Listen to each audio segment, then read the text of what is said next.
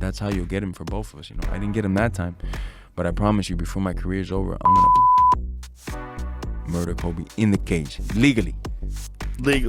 From backyard brawling to headlining some of the world's largest arenas, the story of the BMF champion is certainly one of the most fascinating stories you'll ever hear. From spending time on Latin reality TV to eating McDonalds and playing Call of Duty every day after training, Jorge Gamebred Masvidal is a truly unique personality in the MMA world. And in this video, we're going to be covering his eccentric lifestyle outside of the cage.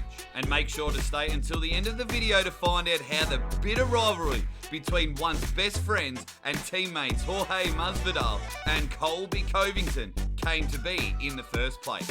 Jorge Masvidal was born on the 12th of November 1984 in Miami, Florida, where a difficult early life led him to getting involved in fights from as young as 4 years old. Masvidal, who as a youth took interest in martial arts, who would go on to join his high school wrestling team, but would later be barred due to his failing grade. Unable to stay away from conflict, he resorted to joining a fighting club, which took place in the school's backyard. Soon after, he would be expelled from school, and this would be the moment when he decided to make a career out of fighting. Masvidal embarked on a journey to become a professional fighter. However, his lifestyle outside the cage was somewhat the antithesis of that. His personality outside the cage being troublesome, to say the least. Look at you, I can tell you've been out till at least 5, 6 in the morning. Yeah, I woke up at 4 to go running. That's not what I heard. I got a phone call last night. Who called you? No, I'm still working. Oh, okay, sorry. I had people checking up on everybody. I woke up like around 4 because I was going to have a busy day. I George. ran, got back home at like 5:15, went George. to sleep, woke up at 9. And I know where you were last night. You were in La Covacha. I was going to go, but I didn't. George, they called me. No, because I was going to go and then The music was in the background and I heard your voice. That's a lie. It's not a lie. You're lying to me. That's a lie.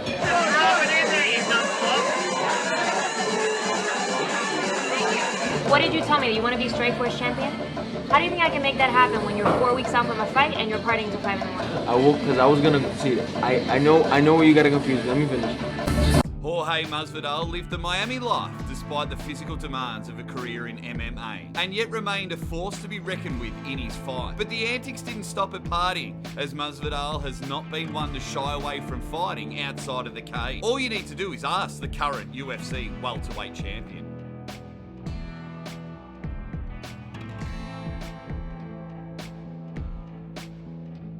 After his devastating knockout win against Darren Till, Masvidal and the current UFC welterweight champion Leon Edwards got into an altercation backstage after the fight, and although others were quick to intervene, Masvidal managed to land a few hits on Edwards, even giving him a cut, which led to the infamous gave him a 3-piece with the soda. Another altercation outside of the cage Masvidal was involved in was that of former friend and teammate Colby Covington. It is reported that Masvidal attacked Covington, throwing numerous strikes, even chipping one of his teeth outside of a steakhouse in Miami. This was certainly a bad look for Masvidal, but unsurprising considering the words exchanged and the tension the two men shared, but we'll tell you more on that later. Masvidal's earnings throughout his career saw a peak in his first fight with the once dominant champion Kamaru Usman, where a 5-round unanimous decision loss saw him earn a career high of $1.3 million. Back in 2019, his devastating knockout win against Ben Askren saw him take home over $150,000 in performance bonuses, bringing the total to over $250,000 for the show and performance. Later on, as Masvidal started to draw eyes, his earnings skyrocketed, earning over $1 million for the Nate Diaz BMF fight, with $600,000 being from pay-per-view buys, and likewise almost $800,000 being from pay-per-view with his first fight with Usman. His last fight against Covington saw him take home around $870,000, with $400,000 being from pay-per-view. All these earnings bring Masvidal's reported net worth to be around $6 million US.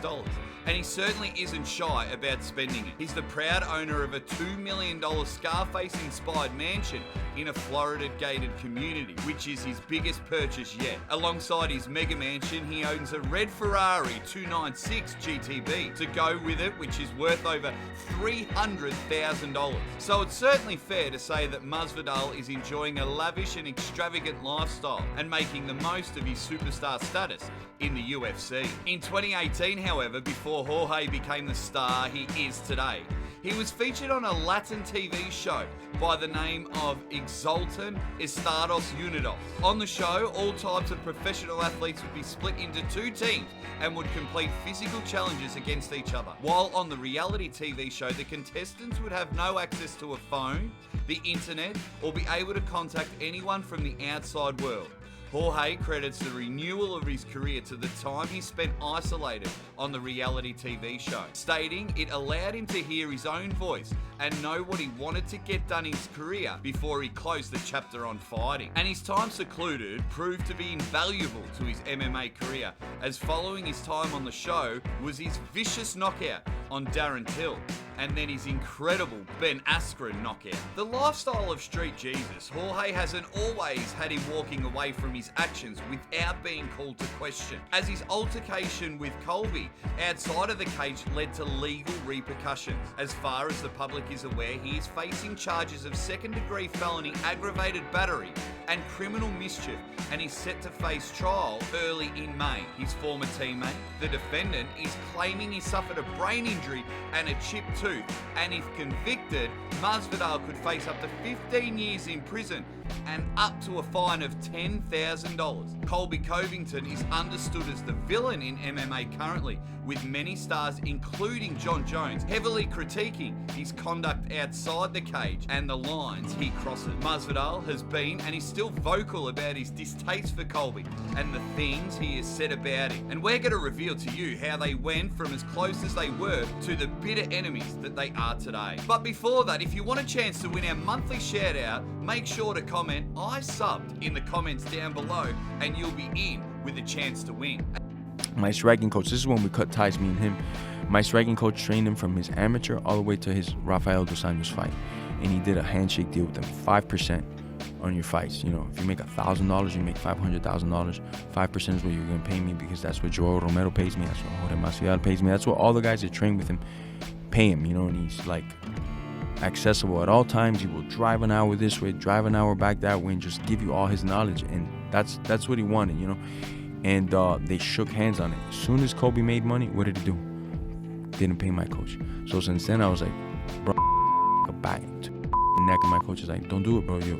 You'll fight him, and that's how you'll get him for both of us. You know, I didn't get him that time, but I promise you, before my career is over, I'm gonna murder Colby in the cage, legally.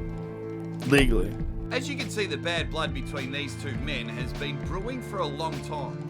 And despite his unanimous loss to Colby Covington in March last year, Masvidal still has unfinished business inside the cage with Colby. And as for outside, well, that'll be up to a judge and a jury. However, before Masvidal can get to Leon or avenge his loss to Colby in the octagon, he has Brazilian phenomenon Gilbert Burns standing in his way on April the 8th. Let us know your prediction for the potentially career-destroying fight in the comments below. Thanks for watching. We'll see you next time.